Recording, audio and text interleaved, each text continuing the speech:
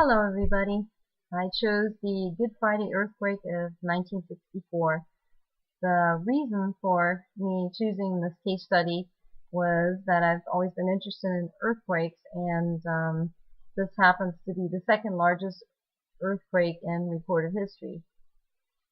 On March 27, 1964 at 5:36 p.m. local time, a 9.2 magnitude earthquake occurred in the Prince William Sound region of Alaska, about 75 miles east of Anchorage. It lasted approximately 4.5 minutes and is the most powerful recorded earthquake in U.S. history. It is also the second largest ever recorded.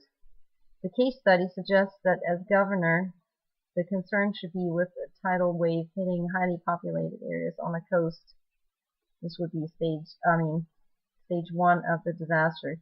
Evacuation plans should be carried out in the shockwave area. The governor should stay in close contact with state agencies and local officials, and first responders that are state employees should be put on alert for deployment to the tsunami area.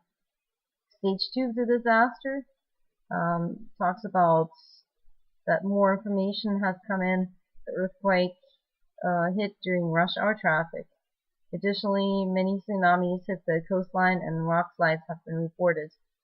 Evacuation plans need to be implemented, and state employees and National Guard troops need to be involved in search and rescue efforts in areas affected by tsunamis and rock slides.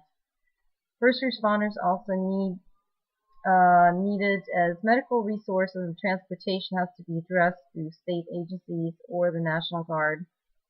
Damaged infrastructure, particularly water lines, need to be repaired. Stage 3 of the disaster.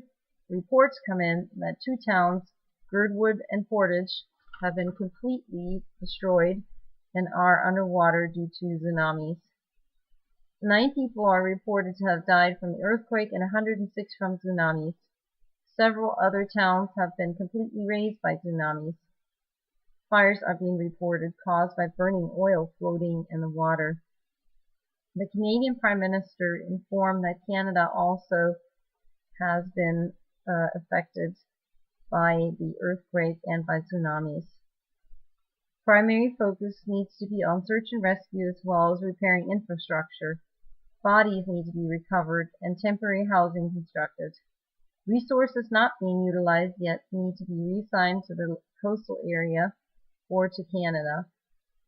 My critique on this case study would be that all in all, the case study covers most of the important points.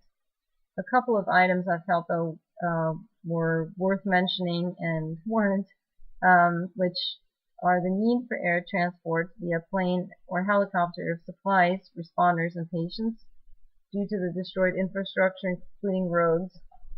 The need for food and water especially should also have been mentioned. And as far as reconstruction, maybe mitigation through rebuilding at a different location, for example, higher elevation in case of future tsunamis, could also have been mentioned.